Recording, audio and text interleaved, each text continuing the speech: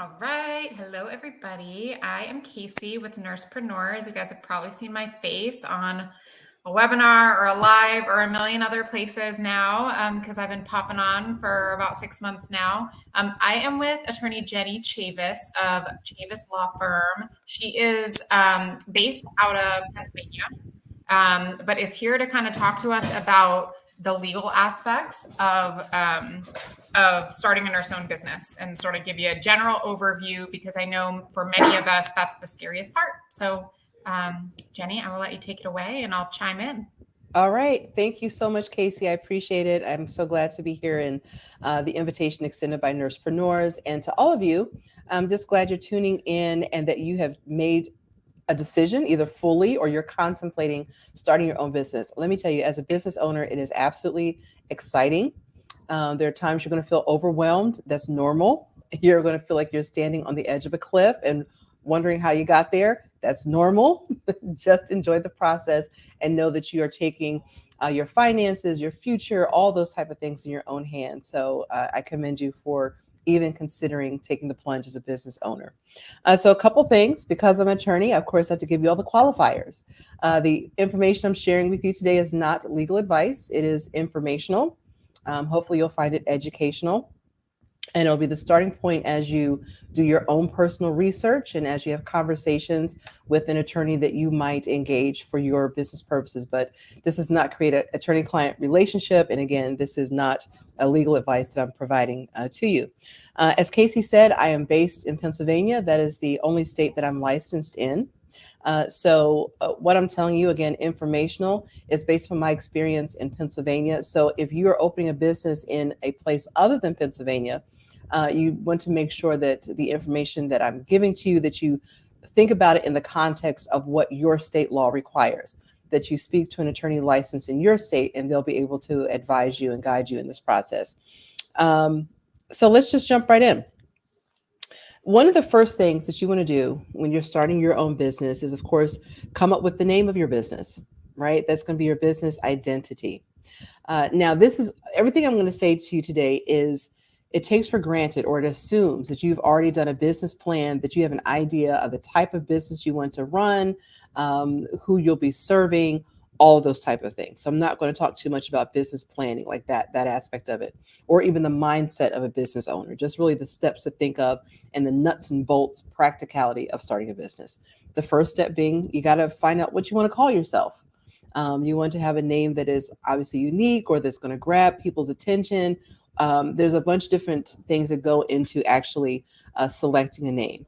But you want to make sure that it's available, that it is not used by another business, potentially, depending upon the name of it, that perhaps the domain name is available, the website name is going to be available. And then also, what is the name if it's being used on social media? You want to look into that as well. Now, just because you confirm whether or not the business name is available in your Department of State, the domain name, and social media, just because it's available on those different platforms does not necessarily give you exclusive ownership of that name, but at least you know it's a starting point because you don't want to be one of 15 IV Hydration Plus businesses, whatever the name may be. You want to make sure that you're able to stand out. And the first step is, of course, selecting your business name. Once you Oh, I'm yep. Go just ahead. sorry to interject, but I just wanted to let people know that as Jenni talks, I'm going to actually take notes in the chat, and wherever you're viewing this, if you go back to view it later, this will actually all populate underneath the stream. And that way you have like a little list too. So Oh, I'm over that's here good. typing away, keeping notes. Oh, love it. Love it. Come on, technology. Love that. Yes. Okay. Go ahead. Okay. So once you have your name selected, you want to select the entity. What type of entity is your business going to be? So what does that mean? Generally speaking, there are about 4 entities that you can take into consideration. The first is a sole proprietor. That means you don't have to file anything with any state agency. It is just you making the money, bringing in the money, all of the good things. Here's the downside of being a sole proprietor. That means that you are now mingling together the money from the business and your personal assets. So you have no protection, no liability protection that is built in because you're just running it as yourself. There's no distinction between you and the business. So if, God forbid, someone should sue you, they're able to come after your personal assets, your home, things of that nature. So generally speaking, when you're starting a business, that's not the best entity to select for those reasons. The next type of entity that's out there is a partnership. That's when two or more people come together and they run a business. Now, it seems great because you kind of have someone there along with for the ride, and sometimes there's comfort in the numbers, but just, by having someone with you, but just keep in mind, as a partnership, you're in the same situation as far as your personal assets are vulnerable because you don't have the liability protection, and not just for your actions, but also for the actions of your partner. So you have to keep that in mind. Also, a partnership can be dicey. That is sort of like a marriage. Your college roommate. Some of us had great college roommate experiences. My sophomore year, I had a horrible college roommate experience. The dark days that shall never be spoken, right? The dark days of college roommate life. I was blessed. I literally got randomly placed with one of my best friends. We went to the same school and got randomly placed. And thank goodness, because partnership, marriage, it's college roommates. We're talking. You don't know. You never know. You don't know. I mean, we went as far as talking to the RA. The next step was probably an exorcist. I don't know, but it wasn't good. I will say though, bringing it back, yes. Now I'm going to laugh about the exorcism of your college roommate, but I will say, and speaking from the experience of having talked to many of our students and nursepreneurs, I have heard multiple students talk about partnerships that went south. So It is really important to think really hard about who you're getting into business with, and really feel like that all the different dynamics of that relationship very well before you make that choice. Absolutely. So when you have a partnership, when you form that entity, and so this almost is a little bit of misnomer because the state is going to consider you, generally speaking, is going to consider you to be a partnership if two of you are in business together. You don't necessarily have to formally file something with the Department of State to create it. You can, but also it will just be assumed if the two or more of you are running the business together. But you can put into place internally a partnership agreement outlining the roles, responsibility, who's going to do what, how much is being contributed, how the profits are going to be split, how things are going to wrap up, what happens if one person divorces, what happens if, God forbid, there's a disability of one person or one person dies before the other. Those are things that you add in, that you build in at the beginning of the process, because I'm going to tell you, as soon as money is on the line, whether it's the profit or it is the loss, then that is when the relationship will inevitably go sour. Yeah. So keep that in mind. I just want to say, even what you just said, a partnership agreement that discusses what happens if you divorce. My mind was just blown on that one quick little blip that you just said, because if let's say I was going into business with a friend of mine, I wouldn't think about that immediately without maybe an attorney saying, you better think about that. It wouldn't necessarily pop into my mind, but that becomes real important, because then half of your partner's assets are now someone else's potentially. And there's, part of that is your business. Right. Exactly. All the things. So you have to have that. That's a part of the prenup. That's what you have in place before you enter into the actual partnership. Now, when you want to move in the direction of having more liability protection, then when you talk about forming a company or an LLC, that's going to give you that liability protection, because now you are separating yourself from this legal business entity that's been created.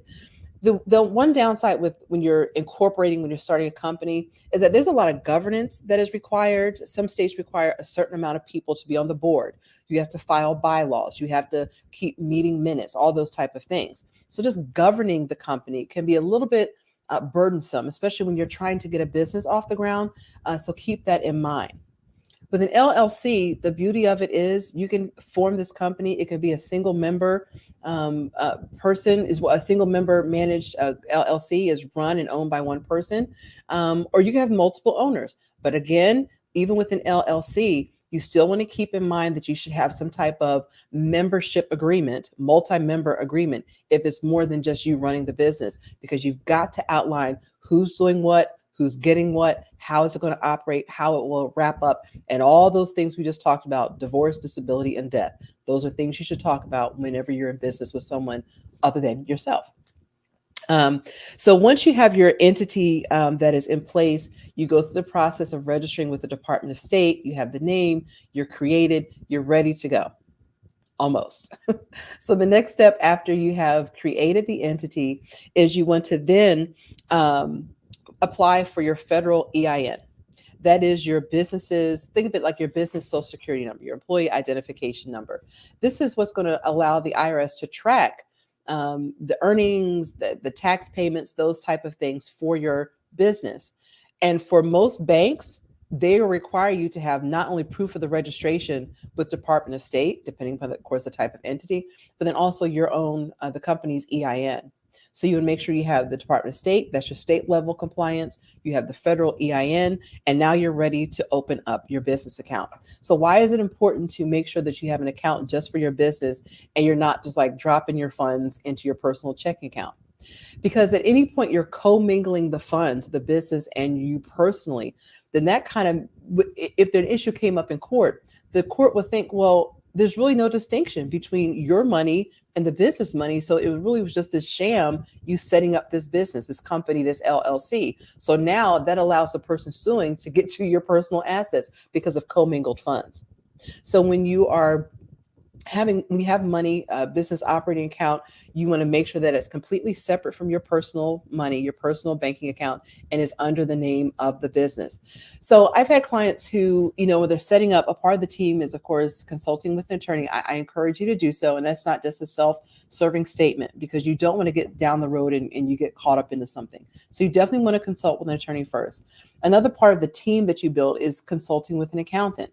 Some accountants will tell folks, well, you don't really need an LLC. You don't need to do all that because you're not making money.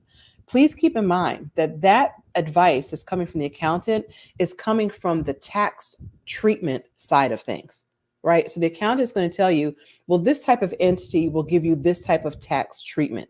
You have really great favorable tax treatment for LLCs and for companies. Some things may be beneficial on the partnership or sole proprietor side. But just keep in mind, the sole reason for starting this entity isn't just for tax purposes or for the making of money. It's also to have that legal liability protection built in. So just keep that in mind. I thought I would throw that in there since we were just talking about the bank accounts and with money, that you also speak to an accountant as well.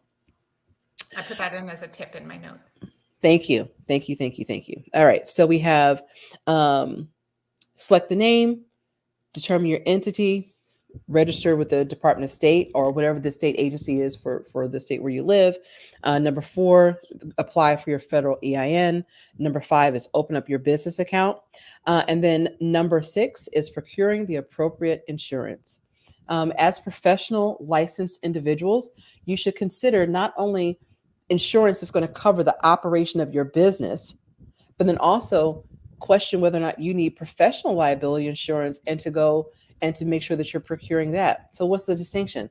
So your business operating insurance will cover when someone comes to your business. Let's say I'm using IV hydration because you think that might be more of a place, that a business inside of a structure, a building, and they trip and fall inside of your property and they want to sue you, or someone's purse gets damaged inside of the facility.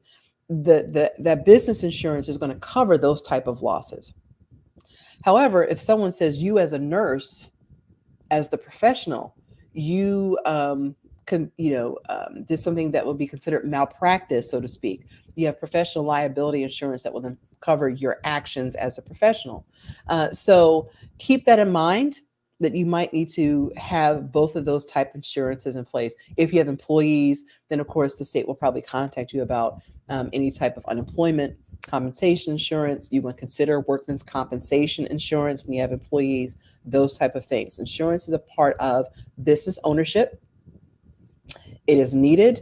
And just like car insurance and medical insurance, you have it because you just never know. You don't want to be caught out if something happens without insurance. And I'll just throw in there from my perspective, something that I personally would recommend, from what I've observed with our students, is working with an insurance broker who can help you figure out each of the different types rather than sort of shopping separately for each one. In my opinion, especially as a new business owner, really takes a lot of the stress out of the process. I think a lot of people sort of try to cherry pick from here and from here and from here, but that's what an insurance broker can do for you. And they know a lot more usually about it and some of the tips and tricks of the trade. So that's what I'll throw out there about that. Absolutely. That's good.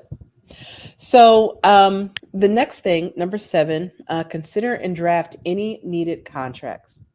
So depending upon the type of business that you have, more than likely a contract is going to be a part of running your business. It is, I love this saying that some attorneys will say that when you have a contract, that is setting up your business boundaries. It is saying what you're responsible for, what your role is in the transaction, and it also highlights your expectation for the other person that you're contracting with. It puts all that information out front. Here's where people get hemmed up, that they have a contract, but then they're discussing some specific provision verbally that never makes it inside the contract. And this is the rule of thumb. If it is not contained in the 4 corners of the document, it is not considered a contractual provision. That's how you should consider it. If it's not in the contract, it will probably be deemed something that does not exist. If it's important enough to the contractual relationship, it should be within the contract. So from a nursing perspective, it's the same way that we say if you didn't document it, it didn't happen. Exactly. Yeah. Exactly. Depending upon the type of contract, it could impact the validity of it, but I'm not going to get in the weeds with that. But it just is safe to say that generally speaking, it is always best to have a contract in place outlining what your expectations are and what responsibilities you have. And Jenny, can I clarify that I think that sort of applies in multiple capacities as a business owner, because it applies both if you're contracting services for your business, right? Business to business, but also business to consumer. Absolutely. So let's talk about that. So within your business, some things that might be, for example, if you're doing the med spa, if you're doing IV hydration, you're going to be contracting a managed service agreement with a physician, potentially, depending on what state you live in. And so you have to outline what your business is contracting for that doctor and providing clinical services, right? That the doctor is not a client, is not a customer of your business, but you're outlining what you're expecting of the physician, how much that person will be compensated, and what your role will be separate from the clinical aspects of, what the doctor's doing. But also keep in mind, depending upon the type of service, let's say it's a concierge business, you're going to need a service agreement or fee agreement, whatever you want to call it, a contract between you and the client outlining, I'm providing A, B, C, and D. Because you don't want to have a client who says, well, listen, you were supposed to come to my home and you were supposed to provide X, Y, and Z. Oh, no, no, no, no. This is what we contracted for. This is what I outlined as far as what I'm offering to you. And payment. If it's, payment up front, that's in the contract. And it's outlining in case there's ever a dispute, is there in black and white. So you have to think about every relationship in your business. Consider whether or not a contract is needed. Make sure that's in place and make sure you have someone who's drafting the contract for you specific to your needs. Again, I know this is going to sound self-serving. I know that AI is out there and LegalZoom and Rock. I'm not talking anything bad about their business because I don't want to be sued by them. But keep in mind that they're not going to have the ability to talk to you about the specifics of your business, the vision for your business, who your ideal client is. They're not going to be able to break that information down with you and then craft an agreement that's going to be specific to your needs. So please keep that in mind as you're going forward, specifically with contracts, because it is a legally enforceable agreement. So once you sign it, you're locked in. And if it's just something you sort of pulled from a bunch of different places and you made like this Frankenstein contract, you're potentially going to be held to it. Or you could lose a right because it wasn't a correctly drafted contract. Right. And the other thing that I'll piggyback on when Jenny says that too is that just because an attorney, excuse me, my kid is bouncing a basketball in the other room, I apologize. But just because an attorney has reviewed it, that does not necessarily mean that your best interest has been considered. So my point being is, you may go into business with, let's say, a medical director through a company, and that company says, oh, well, our lawyers have gone through these, et cetera. You need to have your attorney go over them, because that attorney is contracted with that company and is serving their best interests. Absolutely. Considering, my point is, you need your own to make sure they're considering your best interest. Absolutely. So, and then let's take that all the way through. So yes, you may have this provider or this person who says, oh, well, my attorney drafted this. It's fine. It's good. Absolutely not. I have seen clients who were presented with contracts that had huge gaps of rights taken out, where let's say it was a seller versus buyer. My client's the buyer. The seller had built in all these rights to their benefit within the contract and had excluded certain or similar rights that should have been afforded to the buyer were taken out. And if my client had never called me, she never would have known that, right? So just because the other side has an attorney read it, that attorney is not being paid by you. You're not their client. They really couldn't care less. Now, here's the flip side of that. If you are contracting, I've seen this with nurses who are contracting with physicians to work as the clinical person for their med spa or their IV hydration. And so the doctor is making certain demands and then trying to get me to provide them legal advice about what they should do. It's like, no, I don't represent you. You need to take this document and have your attorney review it. There's no obligation for me to now set the contract up that's going to be solely in the doctor's benefit if the doctor is not my client. So you should absolutely have your own, and do not feel obligated to give the doctor or the other side an attorney. And also your attorney probably shouldn't, because it's a conflict, to be advising you and advising the other side. Right. That's a problem. Right. So, conflict of interest there. Absolutely. Absolutely. So keep that in mind. So what are some contracts we talked about? It's again a misnomer, medical director contract, but the contract with the physician who will be providing clinical services to the business, potentially the service agreements for clients, employment agreements. If you're hiring staff, an employment agreement might be necessary, a non-disclosure agreement, because you don't want people talking about something that's proprietary specifically to your business, or perhaps even a clause in there about not competing, because you don't want someone who's working for you to then leave and start the exact same type of business 10 miles away from your business, right? So you want to have a provision in there that's talking about, if after you leave, you can't open a type of business within 30 miles, within a few years, whatever. There's certain parameters in which you can and can't say in there. But that's just an example for you. When you're signing, if I didn't say this before, I want to make sure this is clear too. When you sign your contract, do not sign it as yourself personally. You're signing it on behalf of your company. Again, that is to make sure that you're creating liability protection. So say, for example, I own Good Nurse Concierge LLC, and I have a contract for I'm a lease. I have to sign a lease for an office. I'm not just going to sign Jenni Chavis. It'll be Good Nurse Concierge by, and then I'm obviously my name, but it is a contract between Good Nurse Concierge and landlord John Smith, right? So that's how the contract should look.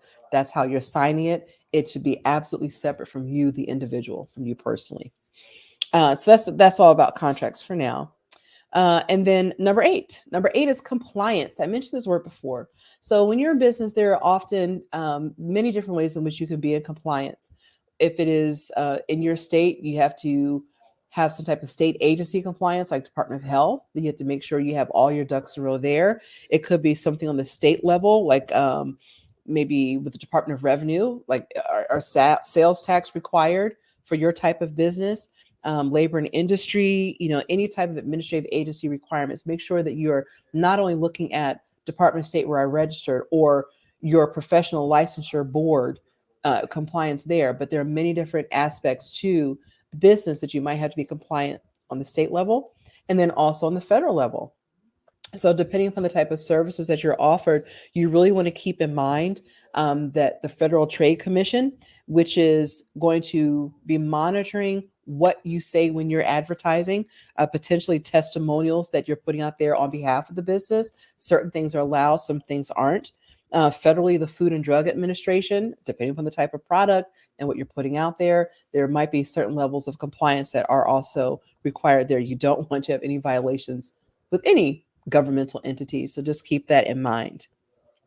Number 9, speaking of federal government, is we talked about all this starting your business and selecting the name. And I even mentioned this term exclusive rights. So even though I'm putting this as number 9 on the list, it really is something you can consider even now as you're starting the building of your brand, and that is trademarks. So when you trademark, when you register a logo or a name, a tagline, whatever, you then, once you are able to register it, you then are able to have exclusive rights to the brand. You don't want to build something and then find out down the road that someone else has trademarked that same name or that logo, and then you get a letter in the mail saying you have to cease and desist. You can't use this name anymore because it's been federally trademarked. And you have to now rebrand your entire business and go through the entire process again. The federal trademark process takes anywhere from 10 to 18 months. It's a long process. So that's why you should consider that first as you're building your brand. There are a lot of different things to consider about what they're going to allow to be registered and not. So that's why you would have those conversations up front as you're developing your business idea. And then the last thing is the exit strategy. So as business owners, well, as individuals, this is like my new soapbox for the year. As individuals and as business owners, we should absolutely be planning our estates. You may think, well, isn't estate planning just for rich people? Absolutely not. When you're a business owner, you now have an asset. So you should consider that. As the person, as a business owner, you should have a business succession plan. What is going to happen? I am clearly not going to be able to be in business forever. What is the plan with this beautiful, wonderful entity that I am building? What do I want to happen with it? And those are 10 things of starting your business. I love that at the end that you talked about that, because that, again, as I've sort of been in this nursepreneurs world longer and longer, these are things that, again, as nurses, and we don't learn about starting a business in school. Mm-hmm. Unless we're sort of second career nurses. Most of us don't really necessarily have any business acumen. And so an exit strategy is something that I'm like, what? When I'm starting my business, I need to have an exit strategy. But it is so true because, you have an exit strategy. We all are always planning for retirement when we're in our normal sort of as an employee. And so same thing here. You're not starting a business and planning to just run it until the day you die and then it disappears. At that point, there's are you planning to scale it and then sell it? Are you planning to, do you have a child who is someday going to take over because they're going to school to be a nurse? We just had an awesome site visit this past weekend. Katie and I did with one of our students who's now running her IV hydration business in Georgia, and her daughter is a junior in college and is planning to become a nurse and then a nurse practitioner. And so they have this beautiful plan right now that, Lisa, our student, will pass it on to her daughter. And then I don't know what will happen after that. Her daughter's going to have an exit plan depending on what happens in her life. But anyway, point being is this is all why I think it's so important to talk with an attorney up front and not to just rely on even the Nursepreneurs Facebook group, right? It's a really great resource. You can ask all the questions you want of other people who have been in your shoes, but none of that replaces getting an attorney and talking and having them help you plan from the beginning. And it's an expense. Yep, it is. Bottom line, starting a business, there's going to be expenses that you maybe weren't anticipating, but an attorney is one that's like an absolute you must. Because if you don't do it, there is a 99.9% chance something's going to get messed up, and down the road, it's going to cost you a lot more to fix the thing than it is to just retain an attorney at the beginning and talk through all this stuff. 100%. Yeah. So when I think about, say if there was a violation with a state agency, the cost to have an attorney to represent you with the state agency is way more than the cost of getting one to help you file the paperwork needed ahead of time. The same with trademark, the same with contracts. It is all an expense, absolutely. But everything about business ownership is an expense. You got to spend money to make money. Is a necessary one, and then when you load it up front, it definitely can cut or completely avoid a situation on the back end. And I'm sure, obviously I know nothing about healthcare at all. My sister's a nurse. That's as close to it as I've come. But I would still, there are some provisions in our health that if we were to just take the time and money, that we'll be in a better position than just sort of just letting it go and spending the money and time to fix something health wise later. Perhaps, I don't know. I don't know if that's true in every situation, but definitely it's also true in the legal field. Put the money up front, spend it there, and Oh then yes, you're avoiding prevention in the prevention. healthcare world, right? There it Prevention. is. That is so much less expensive than treating. I mean, there's all kinds of data in the healthcare world about prevention compared to treating. Like, we'd rather prevent heart disease than treat heart disease. We'd rather prevent a stroke than treat a stroke because it's costs us billions of dollars to treat something as compared to, it's like Prevention. pennies on the dollar to prevent it compared to treating it. Good to know. So I will Somebody, keep that yes, analogy. we should all be getting healthy Yes. ahead of time. And the insurance companies are catching on to that, and they're really starting to incentivize prevention slowly. Mm-hmm. Somebody asked, how and where do you trademark your name and logo? And maybe also, Jenny, if you could give insight about how to check for trademarks before you choose a name too. Sure. So generally speaking, it is going to be through the USPTO, Patent and Trademarks Office. Now, any attorney who handles trademarks can assist you. So even though I'm licensed in Pennsylvania, everything, step 1 through 9 or point 1 through 9, I can only represent someone specifically in Pennsylvania.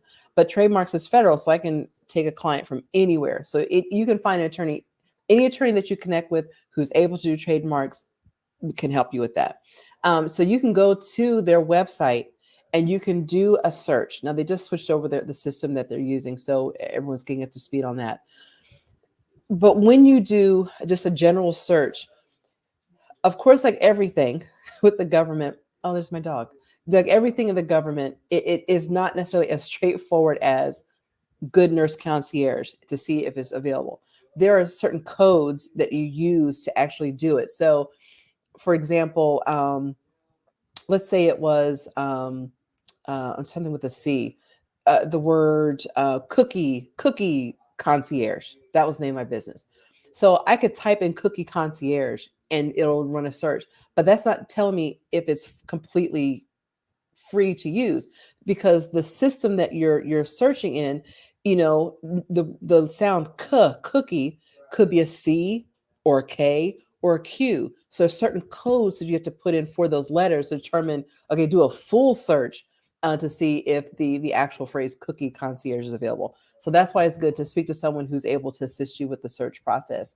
And then it's a certain type of name. It can't be something you can't. In other words, you will never get the word registered excellent nails, like a nail shop, excellent nails, because it's describing the business. It's not something that's unique. So that you wouldn't be able to get a registration for that. So yeah, that was a lot for probably more than what was I'm asked. sure that Gina had asked that. Gina, hopefully that was helpful, but keep dropping in the comments if you need. And then somebody else asked, yes, Rita, I will provide. Jenny, is it okay if I let people know how to reach out to you? Oh yeah, someone absolutely.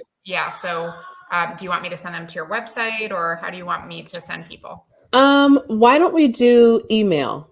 So that way it's like a direct connect. Okay. Yeah, if you don't mind, that'll be great. And then we'll connect that way. Sorry. Okay. So Rita, I will drop her email in the comments and I'll put up a little banner here in a second.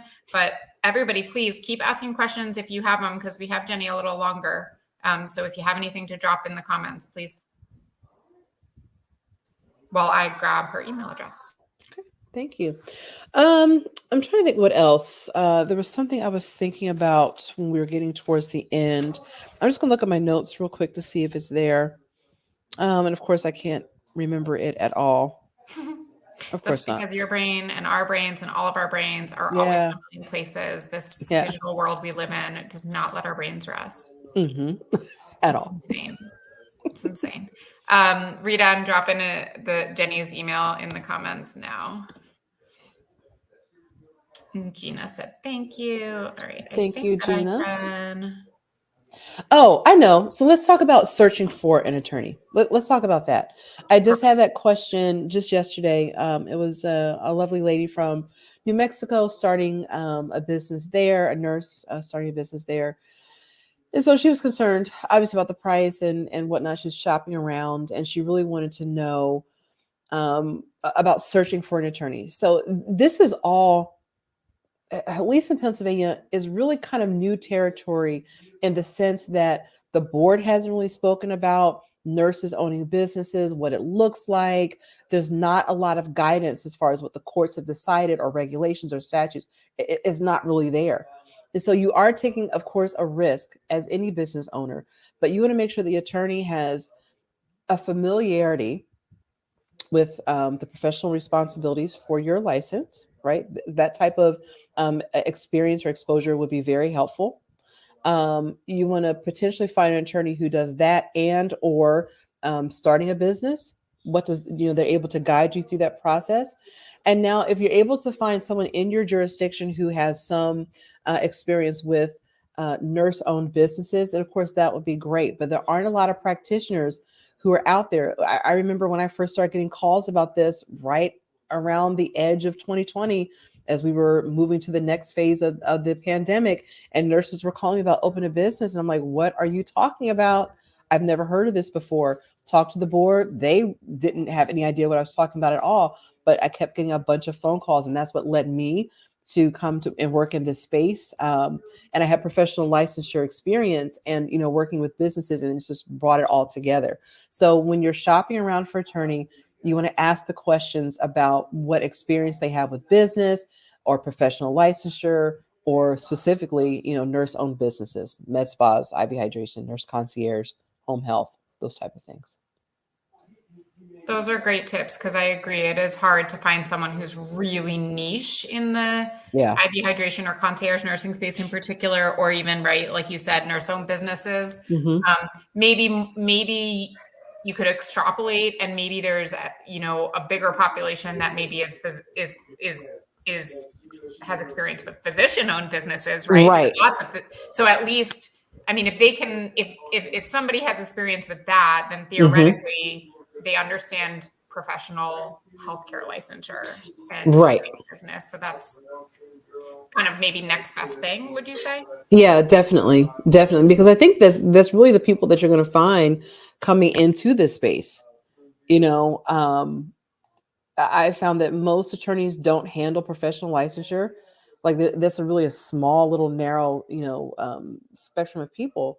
And then to find the ones who are also doing this business aspect, most oftentimes that's where it's sort of being born out of. Right. So yeah, those are type of questions you want to ask, type of Yeah. searches you want to do.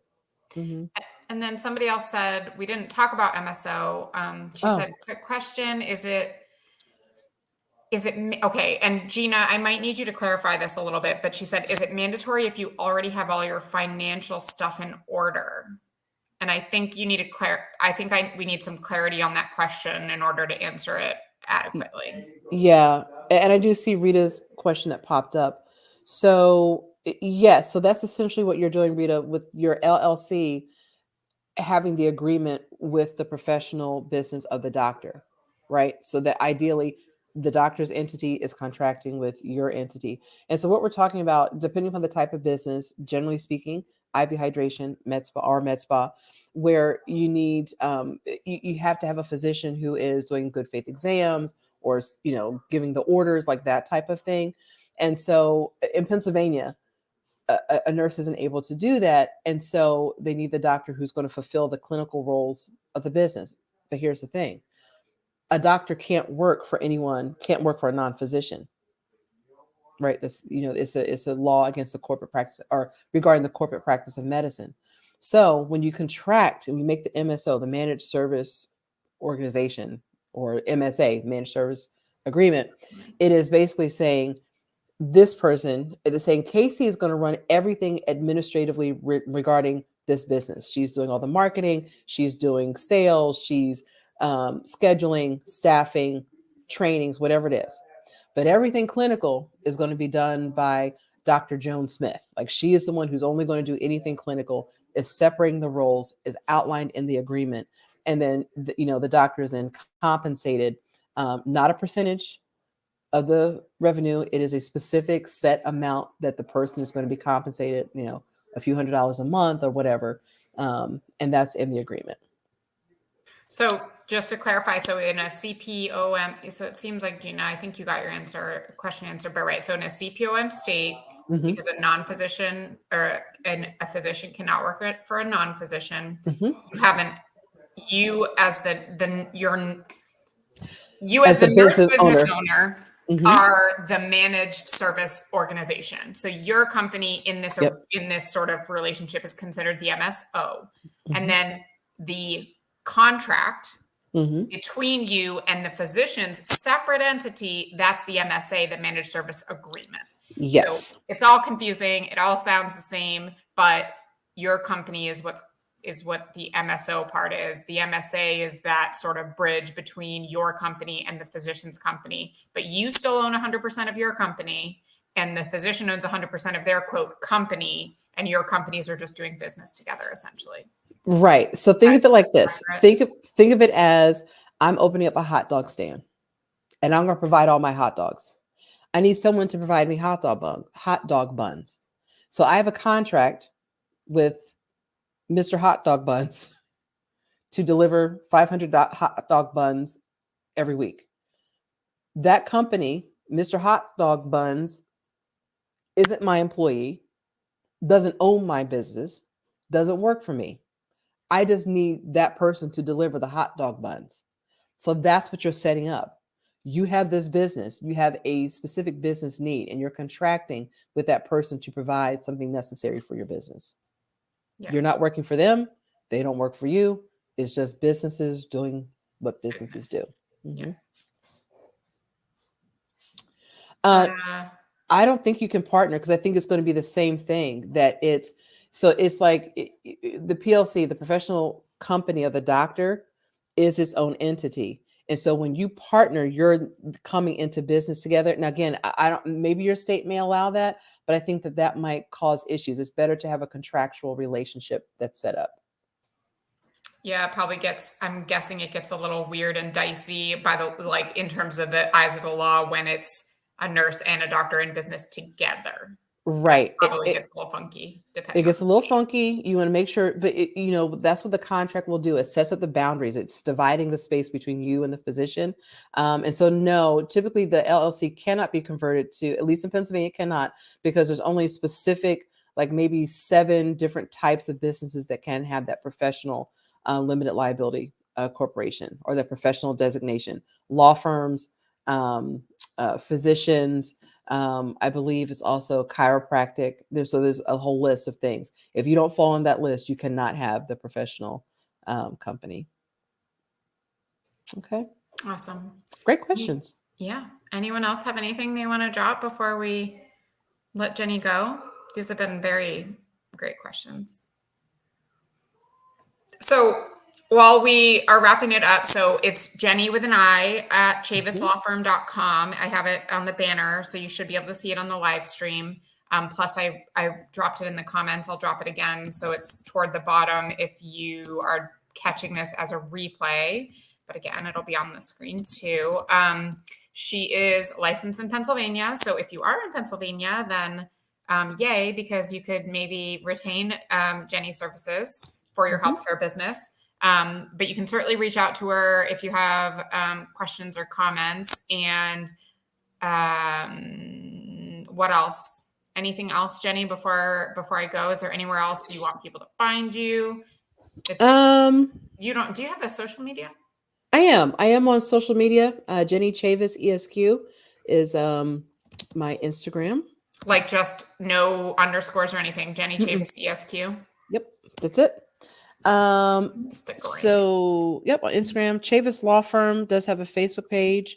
And so I do have a lot of connections to my blog through the Facebook page. So please feel free to look for Chavis Law Firm on Facebook and all the other social media. Like I'm on TikTok, but that's not really informational. Yeah, I don't know. I feel like I'm in an age range where I'm supposed to be good at TikTok, but I'm just not. The only TikTok I see is what my friends send me that I'm like can watch. I just won't even download it. I just can't even go there.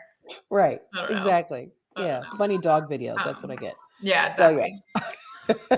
All right, everybody. Well, Jenni, this was amazing. Thank you for joining us. This was super, super informative and I think really helpful for anyone who's sort of got that idea, knows what they want to do, but didn't really know where to start. This is a perfect sort of list to get you started.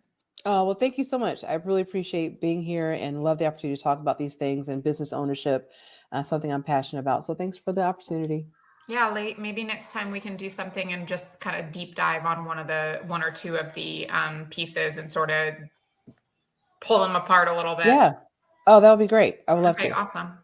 All right, everybody. Have an awesome, I don't even know what day it is, Wednesday, almost the end of the week. We'll talk to you soon.